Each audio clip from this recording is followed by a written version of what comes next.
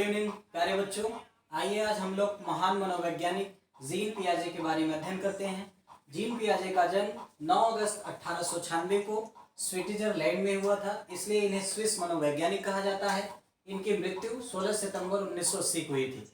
आइए जानते हैं जीन पियाजे से संबंधित कुछ प्रमुख सिद्धांतों को। जीन पियाजे से संबंधित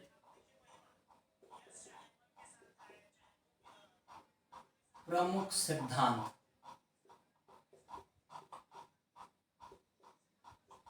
आइए हम लोग सीखते हैं कि जीन पियाजे जी का प्रमुख सिद्धांत कौन कौन सा था, जिसमें प्रमुख रूप से पहला सिद्धांत है भाषा एवं विचार का सिद्धांत। भाषा एवं विचार का सिद्धांत, भाषा एवं विचार का सिद्धांत इनका पहला सिद्धांत है। और दोस्तों जानेंगे कि भाषा एवं विचार का सिद्धांत जीन पियाजे ने कहाँ से दिया। तो इन्होंने अपनी पुस्तक, जीन पियाजे की एक प्रसिद्ध पुस्तक है जिसका नाम है language, LAUNGUAGE, language and thought of the child. इन्होंने पहला जो सिद्धांत दिया भाषा एवं विचार का सिद्धांत, उन्होंने अपनी ही पुस्तक language and thought of the child से दिया। इनका दूसरा प्रमुख सिद्धांत है नैतिक विकास का सिद्धांत। नैतिक विकास का सिद्धांत, नैतिक विकास का सिद्धांत, नैतिक विकास का सिद्धांत इन्होंने अपनी दूसरी पुस्तक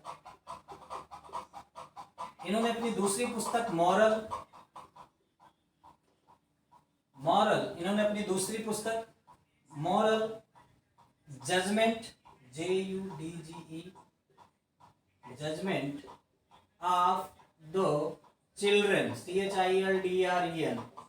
इनका दूसरा बहुत ही प्रमुख सिद्धांत है। और इस नैतिक विकास के सिद्धांत को जीन पियाजे ने 1932 में दिया था, और ये 1932 इन्होंने अपनी ही पुस्तक moral judgement of the children में प्रकाशित हुआ और उसी पुस्तक में यह सिद्धांत का प्रतिपादन किया। आइए तीसरे सिद्धांत के बारे में जानते हैं कि जीन पियाजे का तीसरा सिद्धांत क्या था। बहुत ही महत्वपूर्ण सिद्धांत है संज्ञानात्मक विकास का सिद्धांत। संज्ञानात्मक विकास का सिद्धांत इनका तीसरा प्रमुख सिद्धांत है।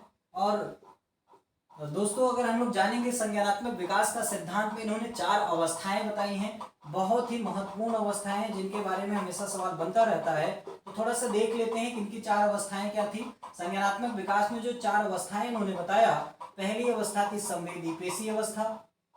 संवेदी पेशीय अवस्था, इस अवस्था को अगर हम लोग आयु काल से निर्धारित करें तो मान लेंगे 0 से 2 वर्ष। और दूसरी अवस्था इसमें उन्होंने बताया पूर्व संक्रियात्मक अवस्था। पूर्व संक्रियात्मक अवस्था,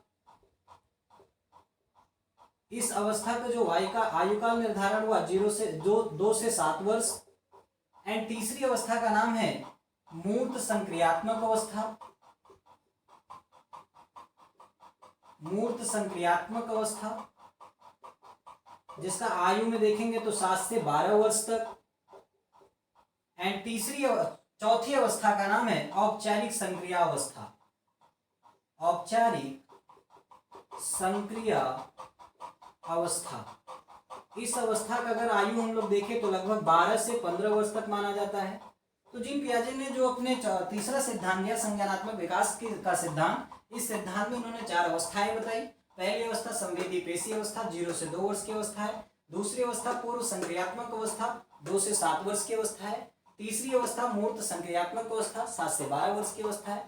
चौथी अवस्था है औपचारिक संक्रिया अवस्था, जिसे 12 से 15 वर्ष के रूप में जाना जाता है। आइए देखते हैं कि जीन पियाजे का चौथा सिद्धांत क्या है। चौथा सिद्धांत है विकासात्मक सिद्धांत।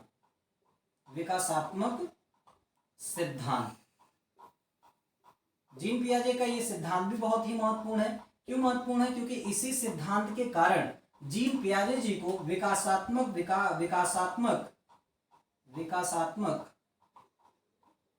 मनोविज्ञान का जनक भी कहा जाता है।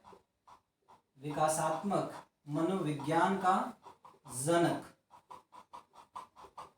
जीन पियाजे। जीन पियाजे का जो चौथा सिद्धांत है विकासात्मक सिद्धांत, इस सिद्धांत को दिया उन्होंने और इसी कारण है विकासात्मक मनोविज्ञान का सिद्धांत जनक भी कहा जाता है। अर्थात हम कह सकते हैं कि विकासात्मक मनोविज्ञान का जनक कौन है? जीन पियाजे। तो जीन पियाजे जी का ये प्रमुख 4 सिद्धांत है।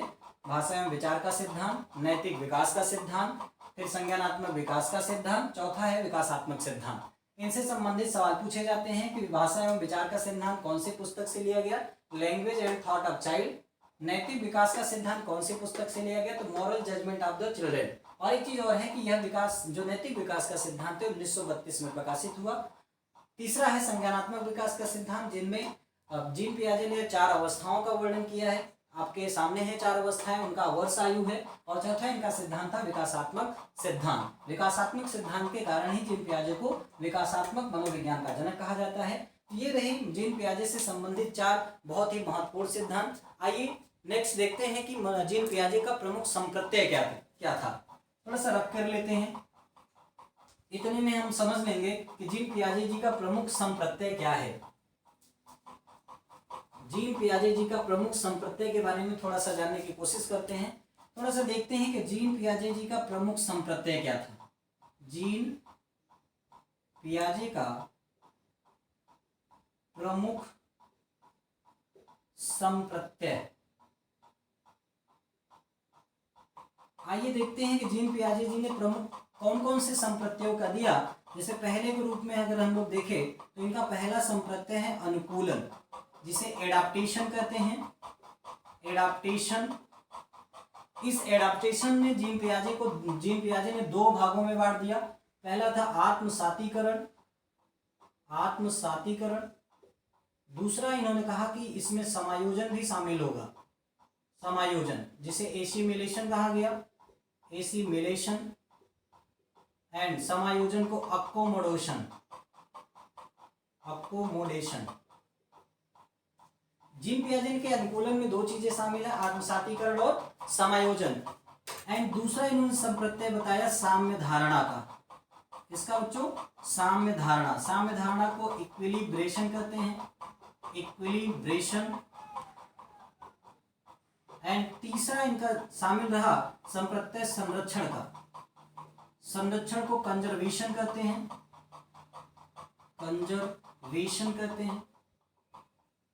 एंड चौथे के बारे में अगर हम लोग देखें तो संज्ञानात्मक संरचना, संज्ञानात्मक संरचना को कॉग्निटिव स्ट्रक्चर, STRUCTURE। तो इस तरफ देखे 4। आइए देखते हैं और कौन कौन से इनके संप्रत्यय थे। 5वें नंबर पे स्कीम्स हैं, स्कीम्स SCHEMES। एंड 6वें नंबर पे स्कीमा है, SCHEMA। और 7वें नंबर पे अगर हम लोग देखना चाहें, अगर जानना चाहें तो मानसिक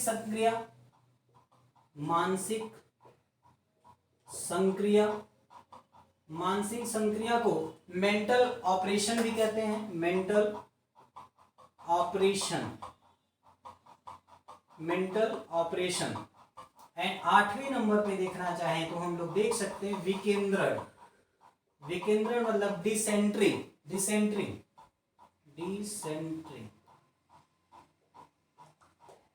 तो बच्चों ये रहा जीन पियाजे जी का प्रमुख संप्रत्यय। मूलतः अनुकूलन है, जिसके अंदर आत्मसातीकरण और समायोजन शामिल है। दूसरा साम्य धारणा इक्विलिब्रेशन है। तीसरा संरक्षण है कंजर्वेशन। चौथा संज्ञानात्मक संरचना है, कॉग्निटिव स्ट्रक्चर रखा गया है। 5वां स्कीम्स, 6वां स्कीमा है। और 7वें नंबर पर है हमारा मानसिक संक्रिया। एंड 8 नंबर पर है विकेंद्रण, जिसे डिसेंट्रिंग के रूप में जाना जाता है। डिसेंट्रिंग क्या है? तो मूलतः आज की क्लास में हम लोगों ने सीखा कि जीन पियाजे का प्रमुख सिद्धांत क्या था, कौन कौन सी बुक में दिया गया था, और उनके कुछ प्रमुख संप्रत्ययों के बारे में देखा है। अगला इनका हम लोग डिवीजन करेंगे, इनके बारे में पूर्णतः जानेंगे, इनका अर्थ क्या होता है। नेक्स्ट पार्ट में हम आपसे मिलेंगे। शुक्रिया, धन्यवाद।